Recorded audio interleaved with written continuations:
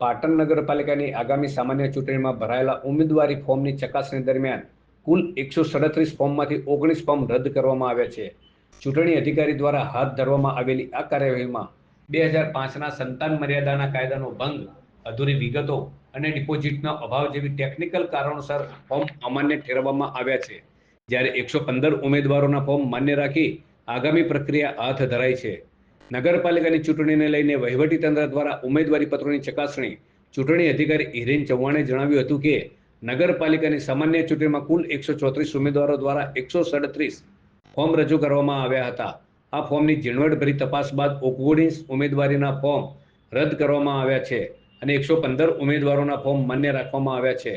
Form રદ થવા પાછળ મુખ્યત્વે ફોર્મની વિગતો અધૂરી હોવી, માન્ય રાજકીય પક્ષ તરફથી મેન્ડેટ ન મળવો તેમજ 2005 પછી બીજા સંતાનોનો વધારો થયો હોવાની 2 બાળકોની નીતિનો ભંગ જેવા કારણો જવાબદાર રહ્યા છે. રાજકીય પક્ષ દ્વારા મેન્ડેટ ન મળવું, 2 બાળકોની જે નીતિ છે એ 2005 પછી બીજા એક બાળકનો વધારો થયેલ હોવો, આવા કારણોસર ફોર્મ રદ થયેલ છે.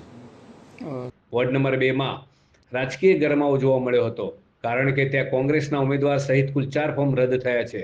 ચૂંટણી અધિકારીના જણાવ્યા અનુસાર વોર્ડ નંબર 2ના ઉમેદવાર દશરથ જયસંગ ભીલના હાલમાં 5 સંતાનો હયાત હોવાથી 2005ના અધિનિયમ મુજબ તેમનું ઉમેદવારી પત્ર રદ કરવામાં આવ્યું છે. જો કે તેમનું ડમી ઉમેદવારી પત્ર ફોર્મ માન્ય રાખવામાં આવ્યું છે. આ ઉપરાંત અન્ય ઉમેદવાર રવિન્દ્રકુમાર પરમારનું નામ મતદાર યાદીમાં ન હોવાને કારણે અને ડિપોઝિટની રકમ ન ભર્યું હોવાથી તેમનું ફોર્મ પણ અમાન્ય ઠર્યું છે. વોર્ડ નંબર 2ના જ અન્ય 2 ઉમેદવારો મુકેશ મનુ પરમાર તેમજ વિપુલ બાબુલાલ સોલંકીના ઉમેદવારી પત્રો પણ સંપૂર્ણ વિગતોના અભાવે અને ફોર્મ અધૂરા હોવાના કારણે રદ કરવામાં આવ્યા છે.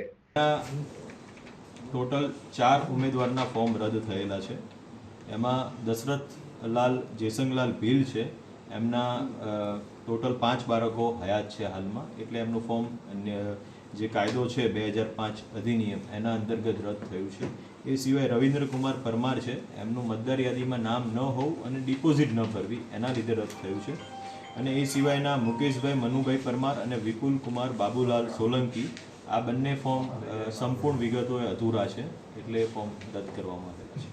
નગરપાલિકાની આ ચૂંટણીમાં અનેક બેઠકોમાં રસાકસી ભરી માહોલ જામ્યો છે.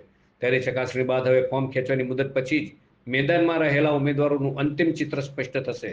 હાલમાં વહીવટીતંત્ર દ્વારા માન્ય રહેલા 115 ઉમેદવારોની યાદી જાહેર કરવામાં આવી છે.